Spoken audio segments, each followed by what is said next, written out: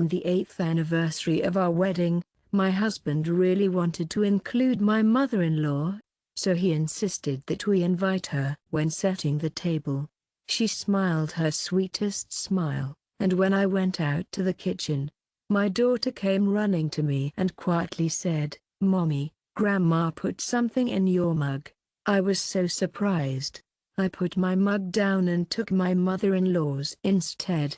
A few minutes later, my husband offered to arrange a family evening for our 8th wedding anniversary. He insisted that I invite his mother, my mother-in-law, although I have to admit, I wasn't the happiest about it. To be honest, my mother-in-law and I didn't always see eye to eye, but I didn't want to ruin my husband's holiday spirit. It was a special day for him, and I didn't want to rain on his parade. Even though I got along with his mother, I was a bit cautious from the very first day we met. But I was ready to. I'll try to smile and make her happy with my cooking. I wish there was peace and quiet in the house. I'm sure it won't turn into a nightmare. I remembered how, in the morning, everything seemed normal and peaceful for us. I started to prepare snacks and look for them. The shelves are full of beautiful plates and glasses. My husband went to the store to buy drinks and a small cake because my mother-in-law adored sweets. She always believed that any holiday should end with tea and a luxurious piece of dessert. It was raining outside, and it seemed that it would be a calm, albeit overcast, evening. When my husband returned, he immediately. Our 8-year-old daughter rushed into the living room and gave me a little tug, saying, "Mom, when my grandma comes, I want to draw her a postcard." She sparkles. I didn't think my grandmother would be happy with a child's drawing, but I calmed my daughter down, kissed her on the top of her head, and told her to get busy with paints and the markers for the time being. Because my grandmother she was only planning on coming for dinner, but I guess there's more to it than that. I'm sorry if I'm being overly sensitive, but it's hard not to take it personally when my mother-in-law criticizes me based on my background and wealth. I'm sure she has her reasons, and I'm not trying to make a big deal out of it. But it's natural to feel a bit hurt. I think we all do that when we're young, and I'm sure there's a lot of love and understanding in our family. Subtle undercurrents, when politeness hides much more complex feelings. But today, something happened that made me take a different look at all our previous, albeit small, but tense skirmishes. Dinner time was approaching. We set everything up, covered the tablecloth, and decorated the table with a bouquet of autumn chrysanthemums. When I looked at these flowers, I thought about the fact that my husband and I have been together for 8 years and every year brings its own joys and problems, but we've coped. I hoped that this evening would become a good family tradition, and I was really hoping that my in-law would like me, but I wasn't sure it would go smoothly. Then, the doorbell rang. I went out into the hallway and opened the door. There she was, my lovely mother-in-law. She was wearing a beautiful autumn coat, holding a bag of gifts and a small bouquet of flowers. I noticed the usual restraint in her eyes, but she had a warm, welcoming smile. With a warm smile, she politely inquired, "Can I come in?" Her husband jumped up, his face bright with joy. He began to help her take off her outer clothes, helping her to take off her shoes. Her daughter shouted, "Grandma, I drew you a picture, and I'm so excited to show it to you." He rushed to give her a piece of paper with a lovely picture on it. The mother-in-law looked at the cheerful drawing with the child's applique, touched it with her fingertips, and said, "My dearest, how are you doing? I'm so happy to see you." I was so happy to see that everything was going so well. We went into the living room, sat down at a beautiful table, had some juice, and enjoyed my favorite snack, eggplant and tomatoes. My husband shared some old family stories with me, and it was a really nice moment. Law slowly answered, and we were able to clear up some of the confusion about our plans for the future. Are we planning on moving? It seemed like the evening was going to be a good one, since everyone was so peaceful. I really wanted to be friends with her because she's my husband's mother and grandmother for our daughter. Yes, she could be unfriendly, but I thought there was still hope that people change. Everything went awry after about half an hour. On the table, slightly missing one dish, and I went to the kitchen.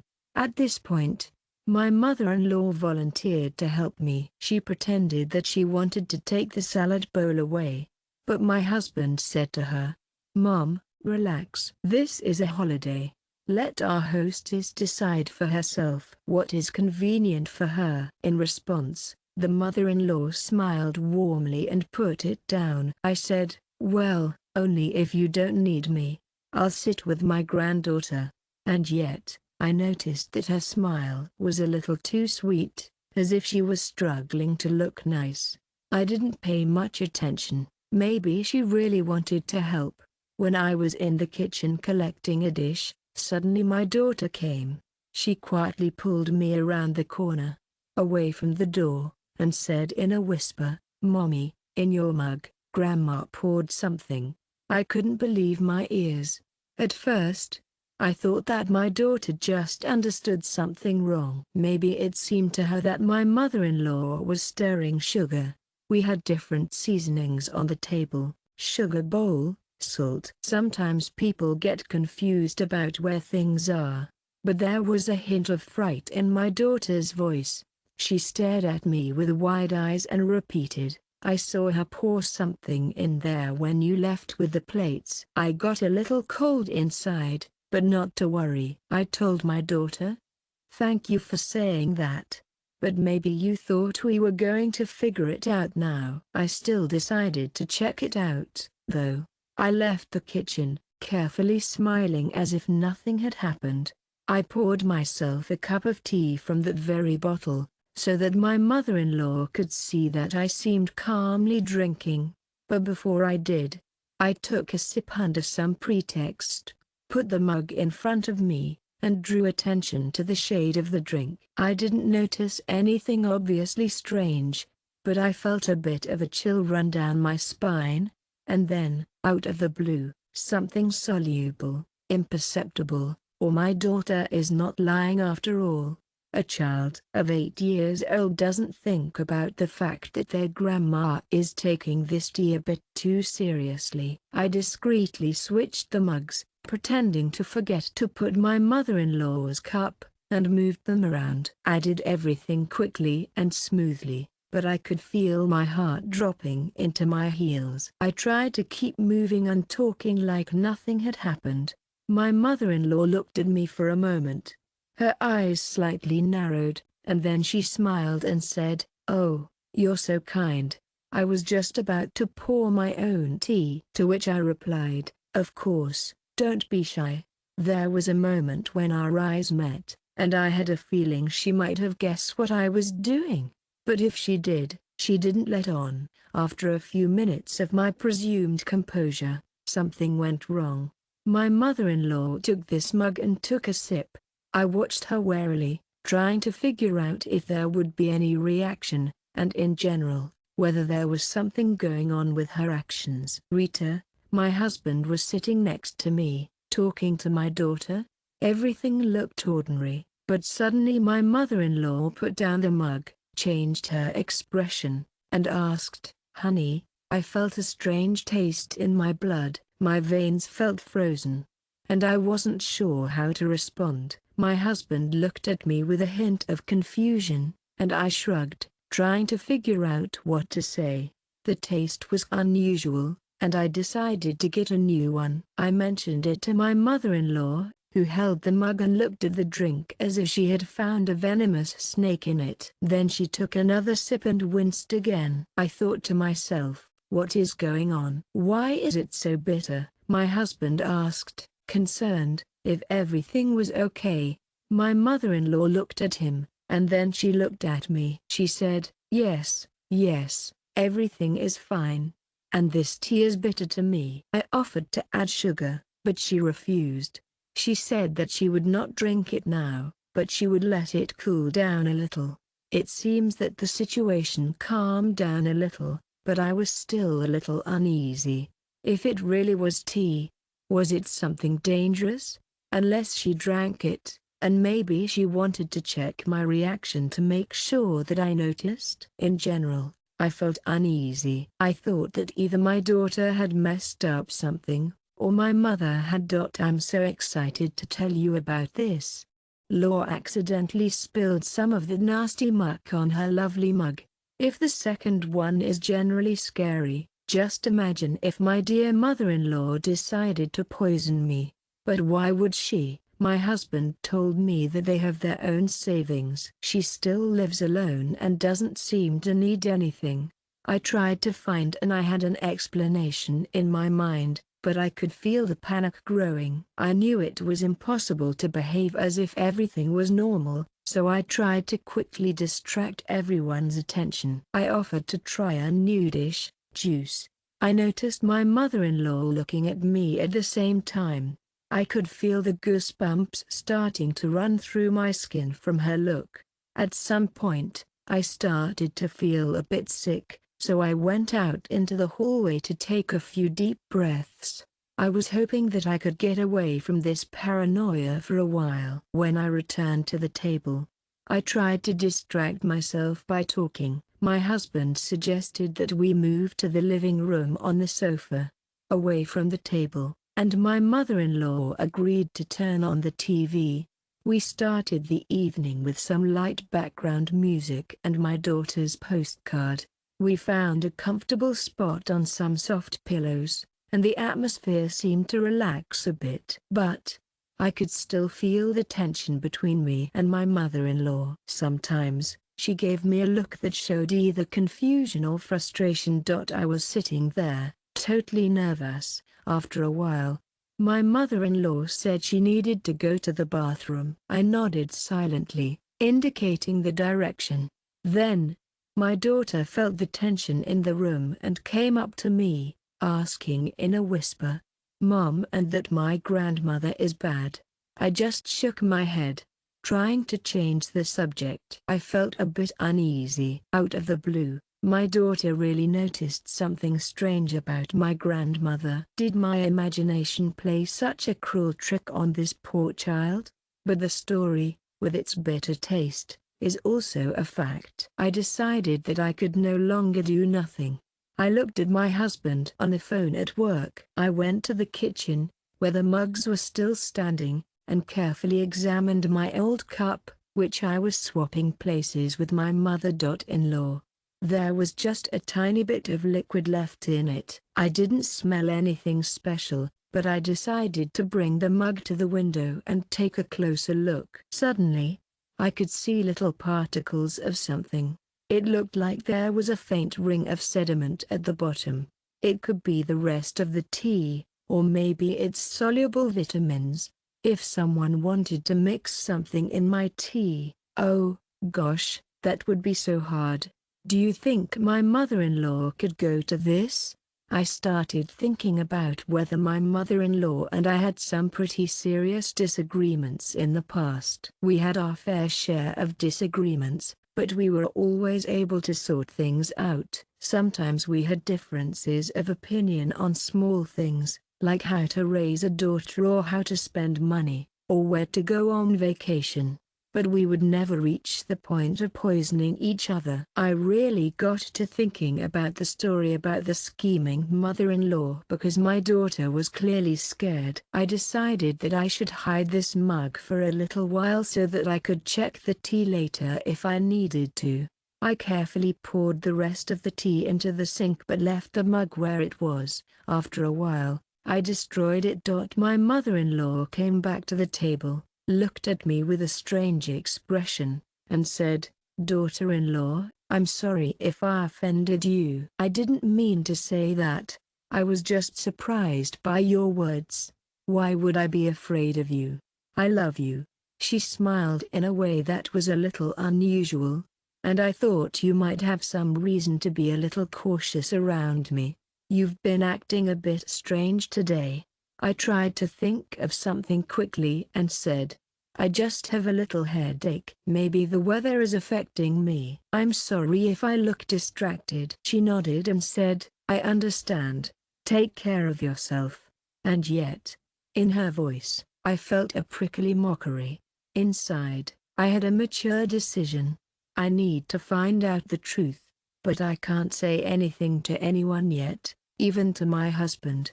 If my mother-in-law really wanted to do something bad with me, then it's not clear how my husband will behave because he may simply not believe or decide that. On the other hand, if this is just a child's fantasy, then I can only harm the relationship.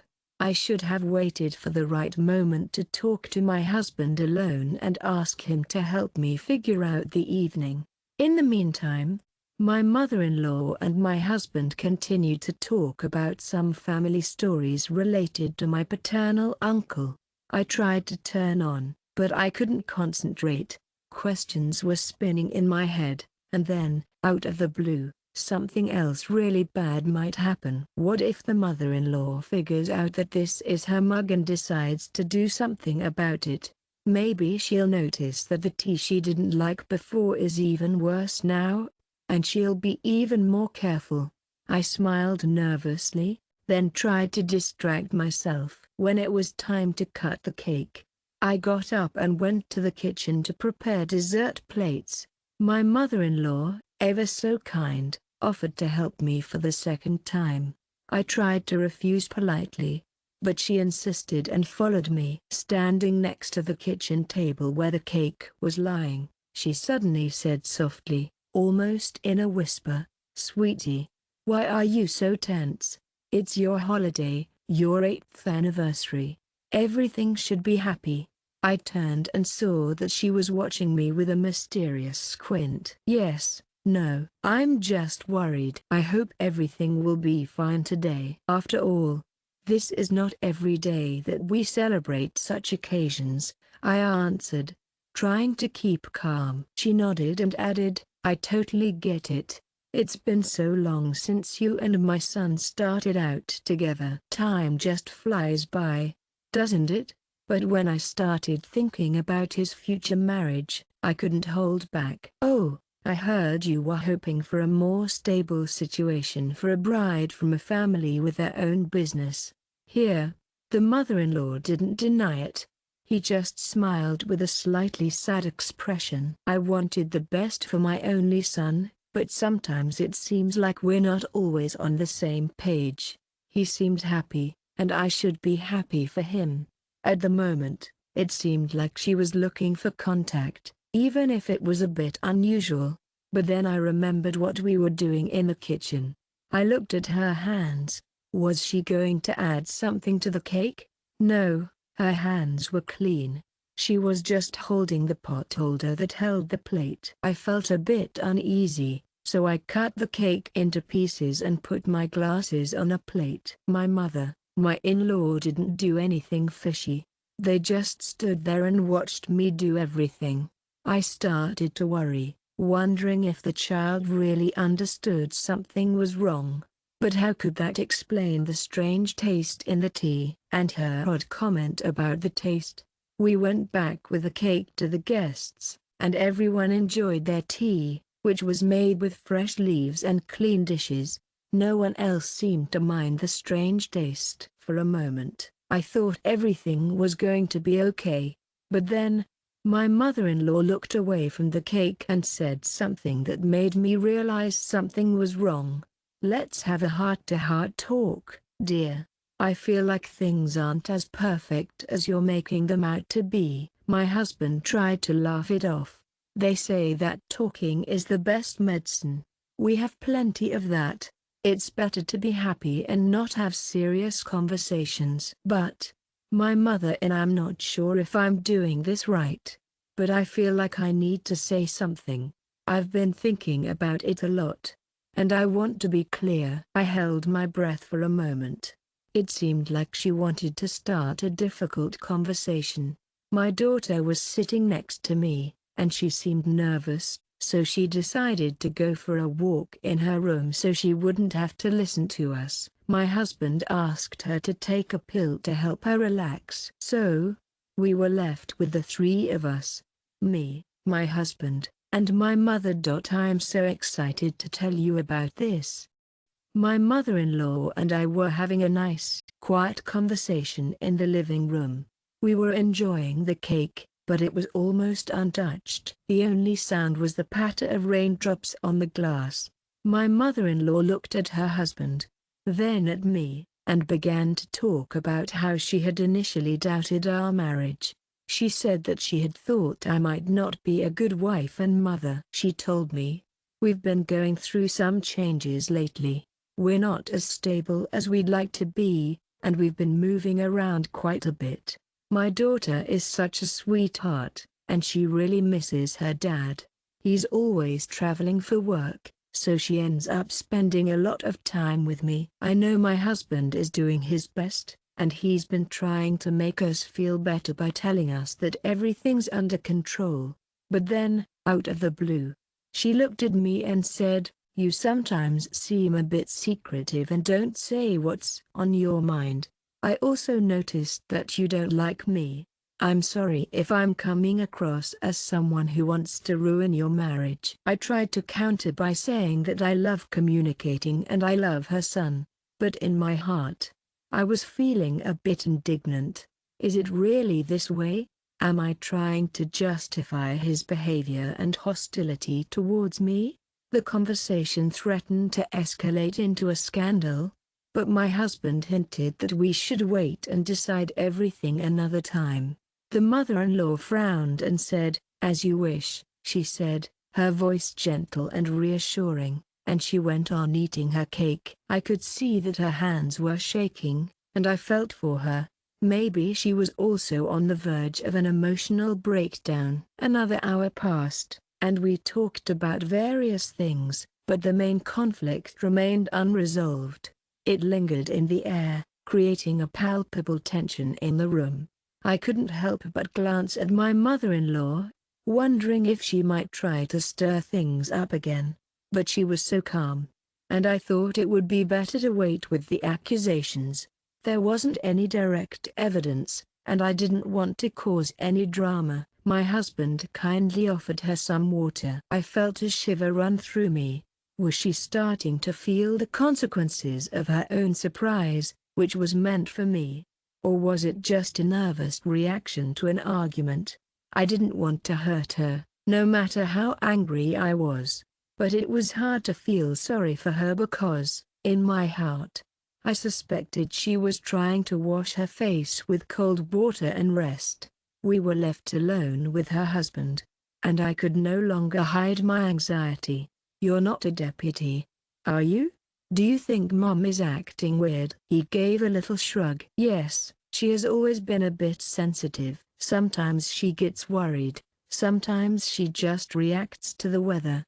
And then we already know how she doesn't just worry about you." I did my best to say, "My daughter told me that your mother put some kind of powder in my cup." It would sound so fantastic that my husband could accuse me of paranoia, especially since I didn't have any direct evidence, only the child's words and my fear. I took a deep breath. "I guess you're right. Maybe it's just nerves," me literally shaking. Then my mother-in-law came back, and we tried to pick up where we left off and continue the conversation. But soon, we encountered a new problem. She received a call from a relative, and in the presence of us, she began to discuss something that was bothering her. It seems it was about some family matters regarding the apartment that her husband, my husband's father, had left long ago. And on the background, after that, I heard her say on the phone, "No, this apartment belongs only to me. I have one son, and no one else has any rights." I started to say that there are some serious family issues at stake. Immediately, I had the thought, perhaps the reason for her seeming distance is that she's worried that the three of us might end up sharing this apartment, or she might be feeling a bit envious of my family, thinking that everyone will want to move out. I'm not sure what's going on in her mind, but it seems like this topic is causing some extra stress. After we spoke on the phone, my mother-in-law looked a bit anxious. She sat down on a chair and said, "There are no problems, just forces." She gave me a look that seemed to hold everything inside. Maybe she was trying not to show her annoyance, but it was clear she was close to the edge. Her husband asked her if she needed a taxi home to rest, and she said she didn't want to leave. I could tell something else was coming. But then, she started to say something. "Honey, I'm a little concerned about you too. I sometimes feel like you might be missing how much negativity there is in the world. Take care of your daughter, especially now that she's growing up and seeing how you fight. She could have a lifelong trauma." And your husband interrupted. "We don't fight all the time." "Yes, we have misunderstandings, but this is a normal part of life." I joined in. "There are no quarrels. It's really simple, but sometimes there are disagreements, like in any family." My mother-in-law suddenly laughed angrily. "In any family, yes. You are under the guise of a good couple. Or maybe you are a daughter-in-law in general." The words were the last straw. I couldn't restrain myself. I asked her to please be more careful with her words. My husband became very upset. "Mom, how could you say that?" My mother-in-law just laughed. I felt like I couldn't think. I jumped out of the guest room, biting my lips so as not to say too much. My daughter, who heard the screams, looked fearfully into the corridor. The child looked scared, and I realized that such an environment could be remembered for a long time. On the one hand, I wanted to throw my mother-in-law out of the house and say, "Go away, enough of us to nightmare." But something inside me stopped. I know my husband will be very hurt if I do this to his mother. Meanwhile, my mother-in-law apparently still softened. She called, and my mother apologized for the harsh words. She said she was just upset because of the call about the apartment and didn't want to express herself like that. I replied that I was also sorry for the rude tone. For a while, a shaky truce was established, but inside, I felt something was brewing, some new conflict. In the next couple of hours, we tried harmless topics. My mother-in-law would sometimes make comments that might have sounded a bit harsh, as if she was worried that I wasn't doing the best job of raising our child. She might have thought that I was spending a bit too much time on certain things, and that my husband could have found a job that paid a little more. I did my best to try to sort things out, but my husband just felt overwhelmed. There was some tension in the air, and it was as if my mother-in-law was trying to make things worse. I decided that soon, my mother-in-law would leave, and we could finally feel a bit more at ease. But then, there was a new twist in the apartment. The doorbell rang, and I felt like we were about to be thrown into another round of challenges. I went to open the door, and there was my brother. He had come by without warning, just to congratulate us on the anniversary and give us a gift. I let him in, and we had a little chat. My husband was so happy, and he invited my brother to sit down at the table too. My mother-in-law looked at my brother, and I could see her thinking about something. I thought she might start giving me a hard time about my family, but she just brought a bottle of champagne and a box of sweets. She was friendly, though. I wasn't sure if this would help ease the tension, but I was pleasantly surprised when my mother-in-law seemed to brighten up a bit. She even tried to have a polite conversation, probably to avoid seeming ungracious in front of a new person. But even though she was trying, the tension was still there. My sweet daughter beckoned me by the hand, her face bright with a playful grin, and whispered, "Mom, I'm worried about Grandma. I don't understand why she's acting this way." I said she was just upset. "Try not to pay attention." We sat down at the table. Now it's just the four of us. My brother opened the champagne. I took a little sip. My mother-in-law did the same. My husband did the same. My brother was telling some jokes, trying to lighten the situation, but I felt that my mother-in-law was looking at me. And you often communicate with your sister. She is a very secretive girl. It is difficult to get the truth out of her. I grimaced, but my brother, catching that there was a reproach under this question, answered neutrally. We make time for communication. We all have our own lives and work commitments. My mother-in-law smiled warmly, then looked at me and said, yes, everyone has their own life, and I did what I thought was right for me. But now, they're telling me what to do. I felt like everything was moving towards a new level of understanding, but my brother, he felt the atmosphere was a bit too tense. So, he tried to cut his visit short and said he had to get back to his business. He wished us a good day after he left. My mother-in-law got up and walked around the room, looking at the photos on the wall. We had family photos from different vacations, wedding photos, and so on. There were pictures of my parents, who had been dead for quite some time, and this photo was a special memory for me. My mother-in-law shook her head and asked, "Are these your parents?" I replied with a warm smile, "Yes.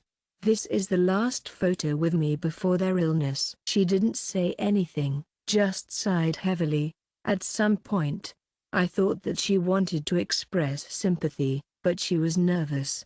There came a moment when the tension reached a critical point, but we were all so tired of the conversation that we sat in silence. My husband kindly offered to look at old family albums to help her remember the pleasant moments. My mother-in-law apparently relented and agreed. He brought the album. We sat down, flipped through the pages. I tried to seem interested, but mentally, I was replaying everything that had happened in my head. And then my daughter gave me that look, you know, the one that says, "Mama, something's wrong," and she started telling me about the mug and how it tasted so bitter. So finally, I thought, you know what?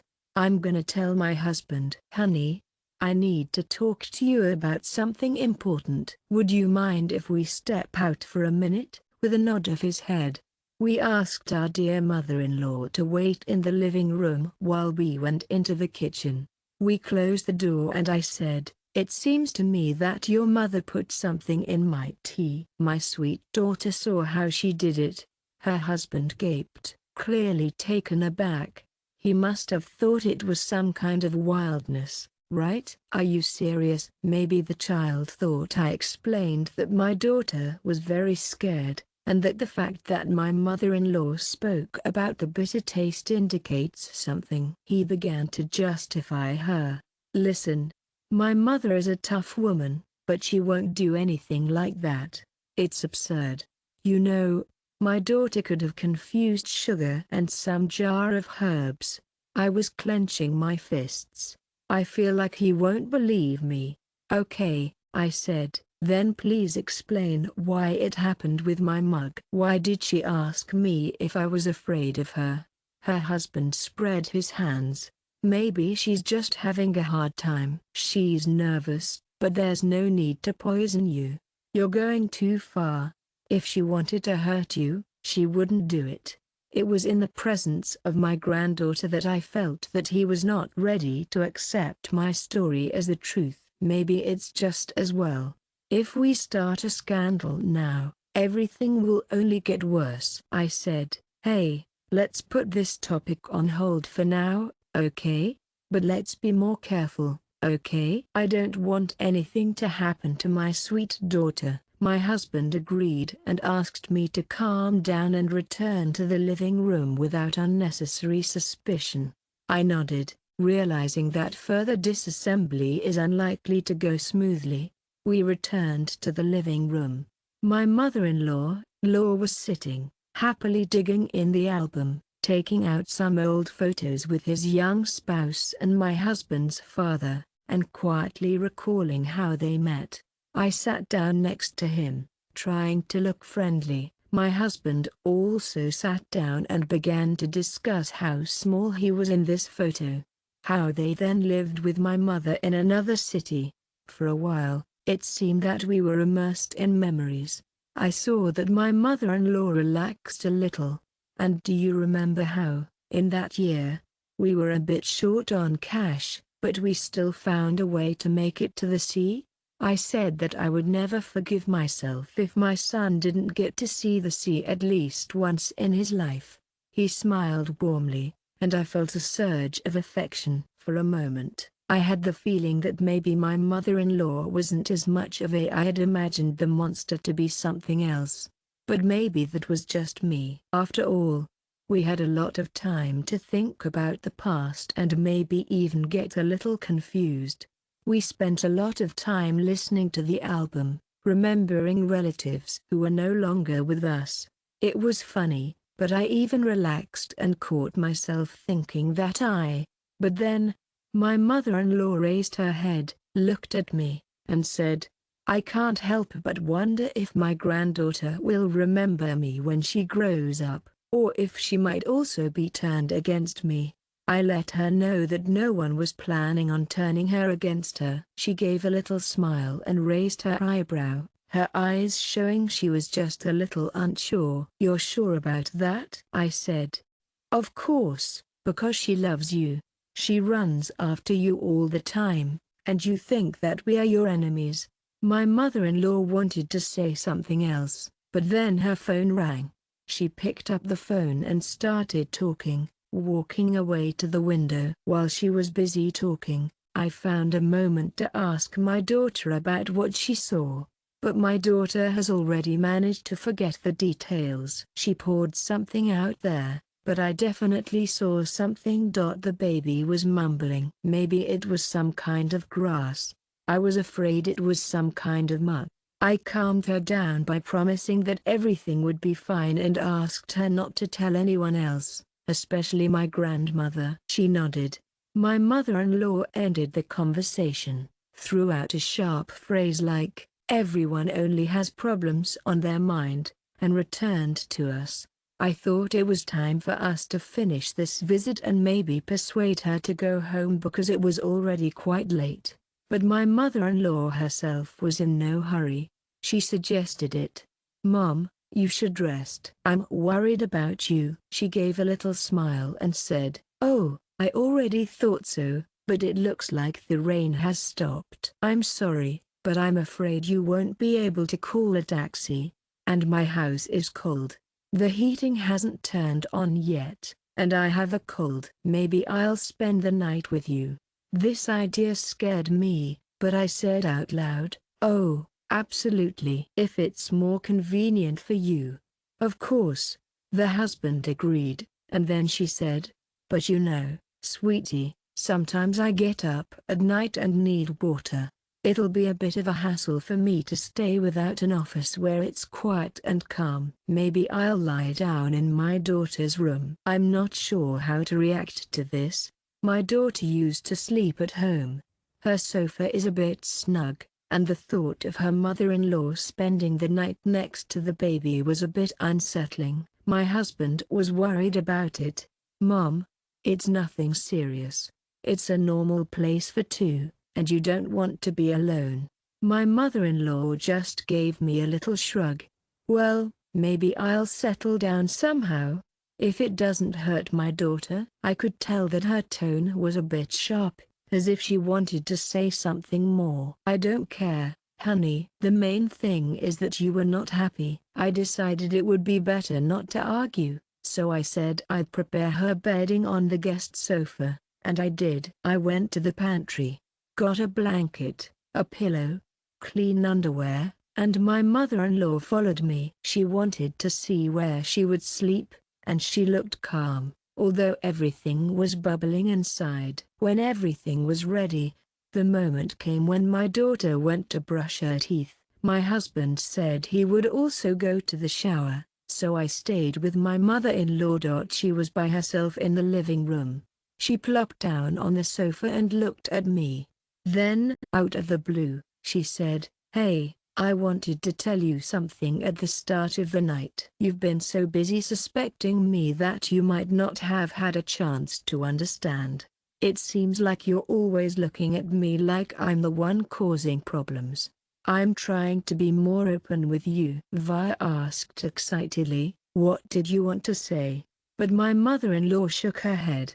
"Not now." Changed her mind. "Let it go," she said kindly. What did she mean? I realized that maybe she had brought a surprise, or perhaps she wanted to report something important related to the family. I thought about the possibility that her words might have been a bit threatening or resentful. The night came, and my daughter fell asleep. My husband went to sleep next to me in our room, but I couldn't fall asleep. Every little noise made me jump.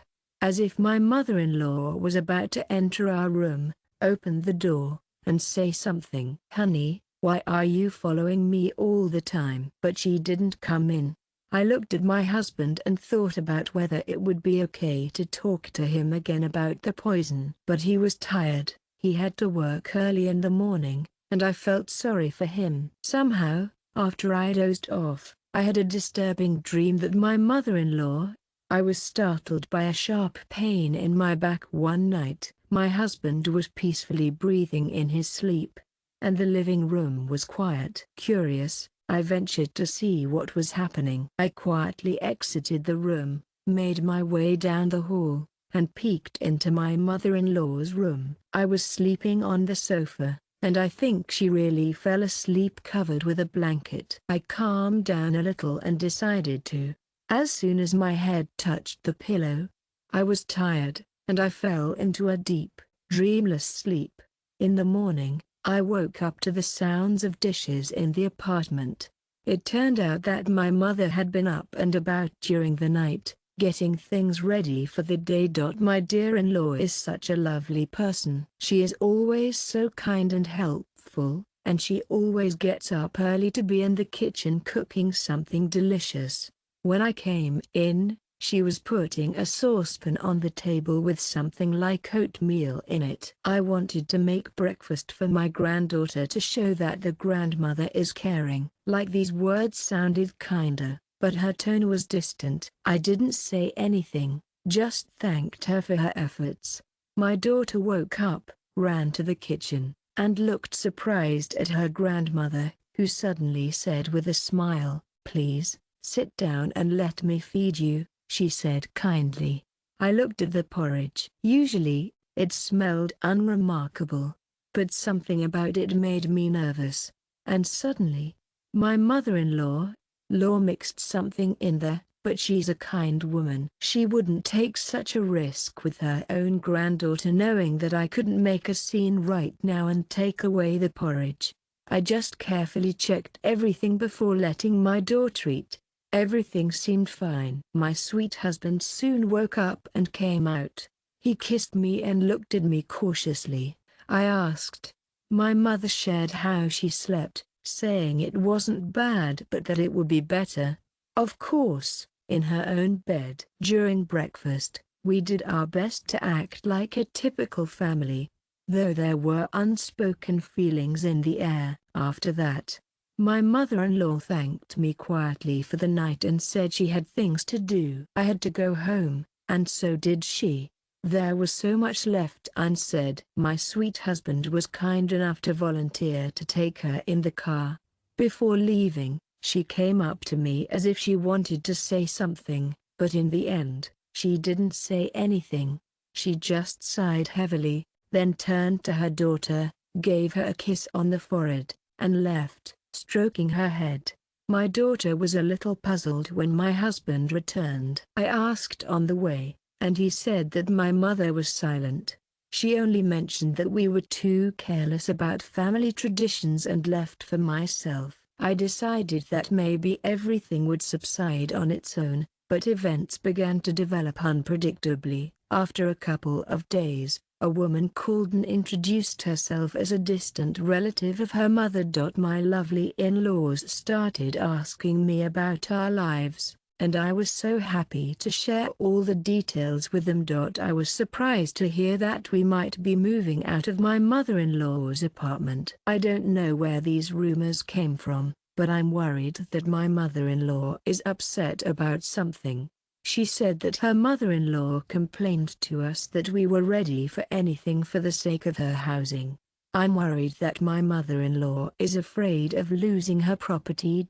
He was determined to take the unusual steps necessary to keep his son and granddaughter safe from his wife's influence and to maintain his personal space at home. It might sound a bit out of the ordinary, but sometimes life can be more surprising than a story. I was a bit worried, but my husband didn't seem to take these conversations too seriously. He thought the mother wasn't violent and that our relatives might be exaggerating. But I understood the situation. I was trying my best to find a way to make him understand. But I just couldn't. Then, out of the blue, my sweet daughter started complaining about some tummy pain. I was really worried, so I took her to the doctor. The doctor said it looked like it might be a common disorder. Maybe she'd eaten something wrong. But I couldn't help but think that it could be something more serious, like a consequence of what my grandmother had fed her. Another couple of weeks went by, and my mother, I'm sorry to say that my in-law has stopped calling. I was really trying to reach my husband at least once a week to see how he was doing. He was working really hard on a project, but he was having a hard time. I didn't get a chance to talk to him much. I was worried sick, and I felt like I had to do something to help my mother-in-law get clean water. But there was no proof. All I had were my daughter's words, my own feelings, and my mother-in-law's strange behavior. After almost a month, she was still complaining about being poisoned and having really bad stomach pain. My husband was really struggling with it. I stayed with my daughter. Later, he called me and said, "My dear mother is in the hospital. They're examining her, and they suspect that she accidentally took the wrong dose of her medication or ate something wrong." I was confused, but I'm starting to feel better now. Maybe this is a consequence of the powder that she poured on me but drank it herself, or it's still a completely different story. A day later, my mother-in-law returned home and called me, which I wasn't expecting. She sounded a little under the weather, saying she had a stomach ache. She asked me to come over so we could talk. I felt a bit uneasy. What was going on? Was she planning to confess? My husband and daughter were busy, so I decided to go alone and leave my child with my father. When I reached my mother, I could feel the tension in the air at the in-laws' apartment. The owner herself opened the door. She looked pale and tired, and she propped herself up with her hand, as if walking was difficult for her. She led me to the kitchen, and I looked around. The apartment was old, but it was clean. I could see her husband's familiar things everywhere. When he lived here as a child, his mother-in-law sat down on a chair and quietly said, "I'm so sorry that it happened that night. I didn't want you to think badly of me." I got nervous, hoping to hear a confession, but she fell silent. I sat down opposite her and asked a direct question. "Why did my daughter see you put something in my mug? What was it?" My mother-in-law first fell silent, closed her eyes, then whispered, "Maybe it was sugar, maybe vitamins. But what's the difference now?" I didn't back down. "There is a difference, you understand." The child was scared, and I'm also here. The mother-in-law winced, sighed, and said, "Well, let me tell you about this wonderful remedy I tried.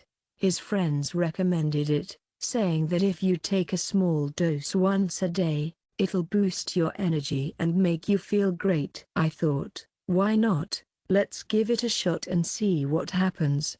I guess I was a bit silly and careless, wanting to see if it could give you a boost of energy because, to be honest, I thought you might be feeling a bit tired and I wanted to help. My son needs an active wife. I was worried that you might be a bad influence on his future. She cleared her throat and closed her eyes. I drank too much myself, so I started having stomach problems. I was sitting down, so I mixed it up. I did this for the sake of some dubious strengthening agent. But how could I do this without warning? I exclaimed.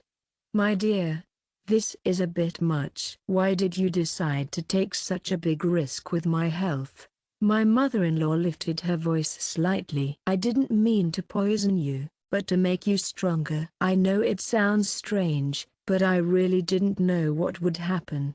I just wanted the best for everyone. Our family was tired, and you seemed weak. I was outraged. What kind of logic is this? It's not medicine, but some unknown chemistry. Besides, you didn't think it was a secret, did you? She lowered her gaze. Yes. Now I know it's stupid.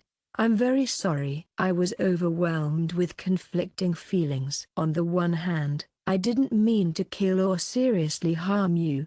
It was a stupid superstition or experiment. On the other hand, it really shows how much she disregards my rights and health. Doesn't it? I asked why.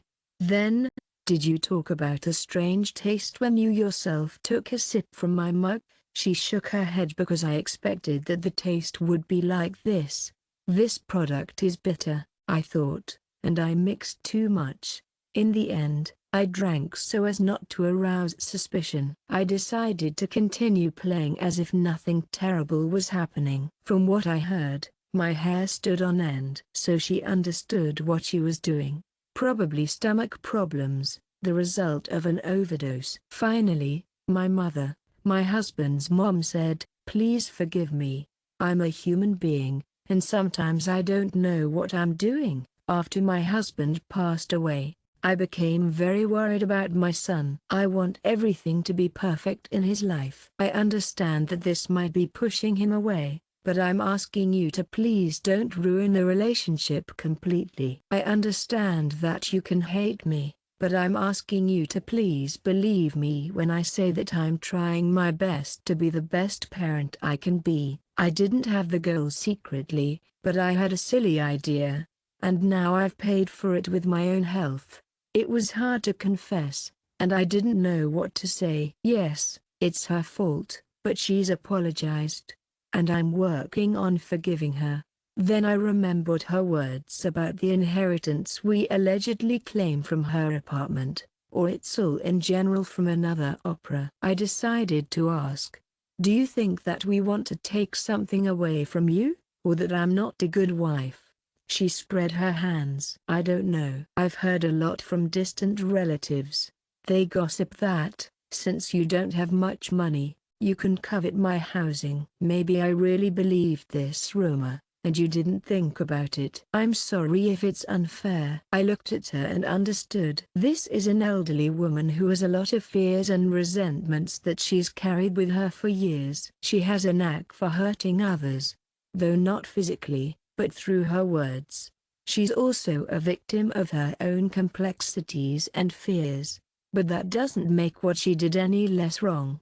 I'm so grateful that you explained everything to me. I'm still concerned about whether my daughter was scared, though. My husband will have to say that I can't hide it anymore. My mother-in-law stung her lips. If you want to tell me, I won't deny it. I'll hope that he forgives me. The main thing for me is that he knows that I didn't want you to die. I let out a deep breath, and we sat in silence for a moment. Okay, let's figure this out, I said. Maybe for the first time, we really understood each other. After I returned home, I retold this story to my husband. He was, of course, indignant. Why would you do such a thing? He asked. I explained that I had already apologized and that it wasn't poison or some strange means. My husband's mood was somber. It doesn't change the fact that it's happening in our life, he said. If something went wrong, there could have been serious consequences. He was angry with her. But then he said, she's my mum, and I can't just end the relationship. but I'll do everything I can to make sure she doesn't do anything like that again. I'll make sure. And you can decide how you want to communicate with her. If you don't want to, you don't have to." It seems that the mother-in-law, feeling guilty, started to take steps to make amends. She sent a parcel, called, and said, "Let's meet. And I want to treat you to a pie." She also sent long messages to her husband's phone with the words, "I understand you're judging me, but I'm not a beast. You're a kind and generous person. Forgive the old woman." The husband was taken aback by the words, and didn't know how to react. He felt overwhelmed by such a flood of attention, but replied that it was better to keep a distance for the time being. I myself was also not ready for a new visit from my mother-in-law. I really needed some time to chill and unwind. I rang the doorbell and let them know I'd like to chat. My husband was quick to come out, wanting to avoid getting me involved in the situation. But my mother-in-law, sweet as can be, asked me to join them. We all sat down in the living room, and she gave me this important paper to take care of. It was like a donation for a part of the property, but there were a few special conditions attached. I totally understand where the husband is coming from. He has every right to sell the apartment, as long as he makes sure she has a place to stay. I was a bit puzzled at first, but now I totally get it. It's all about making sure that the mother-in-law has a place to call home. Laura replied that the age really makes itself felt. She wants to make sure that everything remains in order, and I really appreciate that. My husband didn't know how to react because just recently, she was accusing us of self-interest.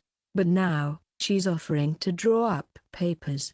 Maybe she really felt guilty and wants to show that she doesn't hold a grudge against us, or maybe this is her way to tie us even more tightly to herself. In any case, he took the document. I thanked him, said that they would study it and consult with a lawyer.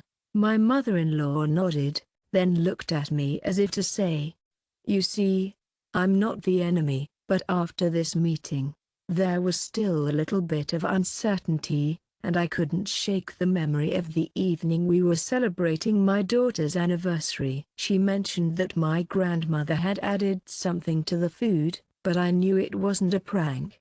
I did my best to stay calm for the sake of my husband and daughter, but deep down, I had this nagging feeling that my mother-in-law was going to do something. Despite the unexpected twists and turns, life seemed to be improving. My husband and I were focusing on our own lives. My daughter was going to school, and my mother-in-law would occasionally call to check on her health. She was gradually getting better, but then, out of the blue, something new happened. One day, my husband told me that my mother-in-law had gone to the hospital for surgery. She had a serious stomach disease, which was probably caused by something she had been eating. We didn't know what to do. The surgery was complicated, and she needed to recover. He was going to the hospital, and I wasn't sure if I should go. On one hand, she's a family member, and I didn't want to leave her alone. On the other hand, we still weren't talking. I decided to go support my husband and also try to understand my mother-in-law. When I saw her, she looked at me and said, "Thank you so much for coming. I know I don't deserve this, but I'm really grateful. I hope things will get better if I survive." These words sounded a little gloomy, so I tried to calm her down. I assured her that the doctors are really good, and everything will definitely work out. After the operation, she was lying in the ward, and we went to the hospital. We visited her. Once, I came alone, and found my mother-in-law in tears. She admitted that she was afraid to die because she understood that she spent so many years in conflicts and hostility, and life is so short. She said, "If I could go back in time, I would have done things differently. I would have kept my son and his girlfriend separate, and I wouldn't have done anything silly." She really scared me, and I felt so sad. Maybe the disease has made her think about her life. A few days later, when my mother-in-law was still recovering, there was a sudden complication. She had to go back into the operating room. We were in a panic, sitting in the hospital corridor. My husband squeezed my hand and muttered, "Lord, let everything be fine." I caught myself thinking, my mother-in-law has done so much for me, and I don't want her to die. She's my husband's mother, my daughter's grandmother. If she were to die, it would be so hard on them. I realized in the depths of my soul that I would be hurt too because we have so much in common. The doctors said that everything is more difficult than we thought, but we continued to visit her. One day, my mother-in-law asked me to lean into her and whispered, "Thank you so much for being here. I'm sorry for that evening, and for everything. I know you don't have to forgive me, but I really want you to know that I'm sorry for acting so mean and selfish. I understand if it's important to her, and I'm sorry if I upset her." Her eyes were full of tears, and her voice was trembling. We all make mistakes, and that's okay. What matters most is learning from them. In that moment, I felt my resentment start to fade. It was a gradual process, but we were making progress. We would sit by her bed, helping her drink water and talking about the future. We talked about how we would need to keep a close eye on her health. The doctors then suggested a sanatorium, and on the day she was discharged, she asked us to come with her daughter to see her granddaughter. I agreed because my mother-in-law was very weak, and it might be nice for them to meet. We visited 3 times. My daughter brought her grandmother a drawing, and on the anniversary, she brought her flowers and the sun. My mother-in-law was very happy. My in-laws' face lit up with joy, and then, suddenly, they started crying. They said, "Thank you, my girl. I love you." Looking at this, I felt a lot of different things. I had been afraid that my mother-in-law wanted to hurt me, but now she looked pale and weak. I was still a little surprised, but I knew that it was too short a life to hold grudges forever. When she was discharged, we brought her to her apartment, helped her settle in, and bought groceries so she wouldn't have to go to the store. She became unusually quiet and easygoing, and didn't find fault with our words. Once, she said, "Perhaps God was just showing me a lesson." I had expressed my belief that it's not necessary to say everything happens the way it does, but she held on to her belief. "No, I'm the one responsible for my troubles, and I shouldn't complain about my fate now." It's been a few more weeks, I thought to myself, feeling a sense of understanding and compassion for her situation. My mother-in-law has been doing so well. She recently invited us over for dinner, wanting to make up for any past issues and show that she's truly at peace. My husband asked me, "Are you ready?" Maybe I should remember the last time. I thought to myself, and I decided, okay, let's give it a try, but I'll be on guard. We agreed on a date, gathered my daughter, bought a small bouquet to maintain a good atmosphere, and went to my mother-in-law.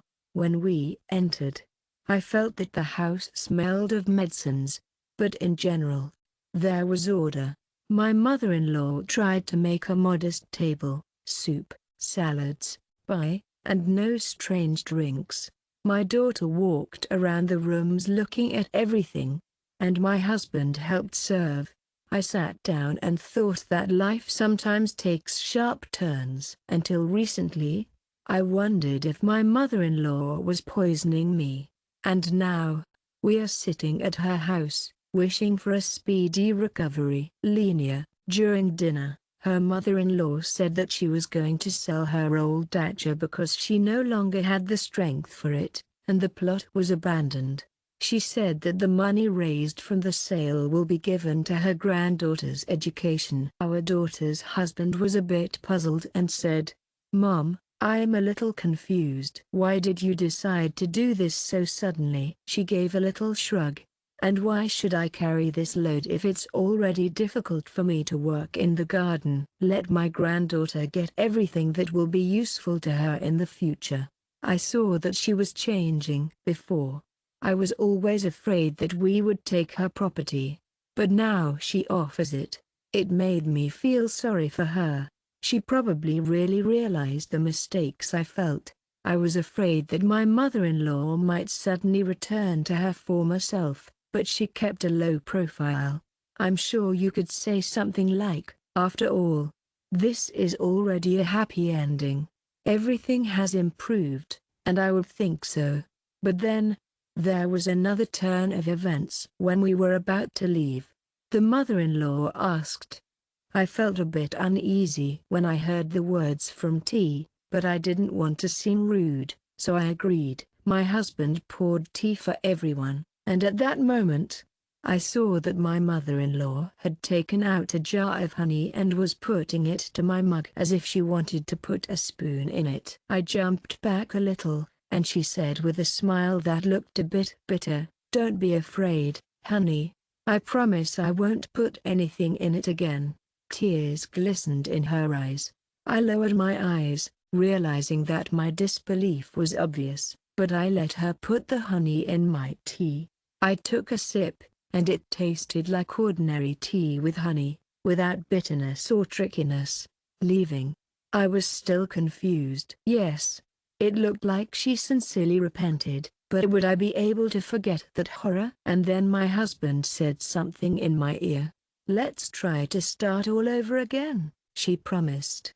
"I promise there won't be any more such nonsense." I let out a deep breath and nodded in agreement. For the sake of our future and for the sake of our daughter, we should try to keep the family in a peaceful relationship. It seemed like the story was coming to an end, but fate had other plans. The next day, when we thought everything was settled, a distant relative with whom the mother-in-law communicated called us and said that she was having things didn't go as planned, and, unfortunately, the doctors said that the situation was pretty serious. There's a chance that another surgery might be needed. I sat with my husband in the emergency room, thinking that everything was uncertain. Could this really be the end? This time, we were allowed to talk for a bit. My mother-in-law was lying there connected to N4, the pale one barely moving her lips. When she saw me, she whispered, "I really hope you're not mad at me. I was terrible, but I need you so much." I tried to calm her down and said that we weren't going anywhere near her husband. He hugged her tightly. The doctors asked us to leave. We spent several tedious hours in the corridor waiting for the verdict. I remembered all her actions and our enmity, but at that moment, all I wanted was for her to stay. I'm alive because I don't want to see my husband and daughter's pain if she leaves. After a while, the doctor came out and said that the condition is serious, but the operation will be done. We were asked to wait, and that long night, I finally realized that all our quarrels, suspicions, and fears were so unimportant when you think about how much my husband and daughter mean to me. They waited for the morning in tears, and I met the news with my heart in my mouth. My mother-in-law survived the operation, but she was in a serious condition in intensive care. Another week of anxiety, visits, and sleepless nights passed, and finally, the doctors said that the crisis was over. Everything was improving when I was first allowed to go to her in the intensive care unit. She was very weak, but she recognized me and smiled with her lips, and she said softly, "It seems I will still howl for life. Thank you so much for not throwing in the towel." I answered, "Please don't say that we are family. We are close at this moment, and I'm so grateful for that.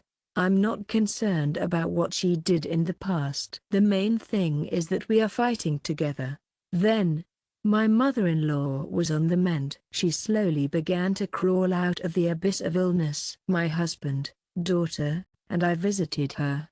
We gave her flowers, carried healthy food, and talked about the future. We discussed how she wants to live differently without conflicts. She asked us for a second chance. The husband said in response, "Mom, you're so important to our family, and we're always ready to give you a chance.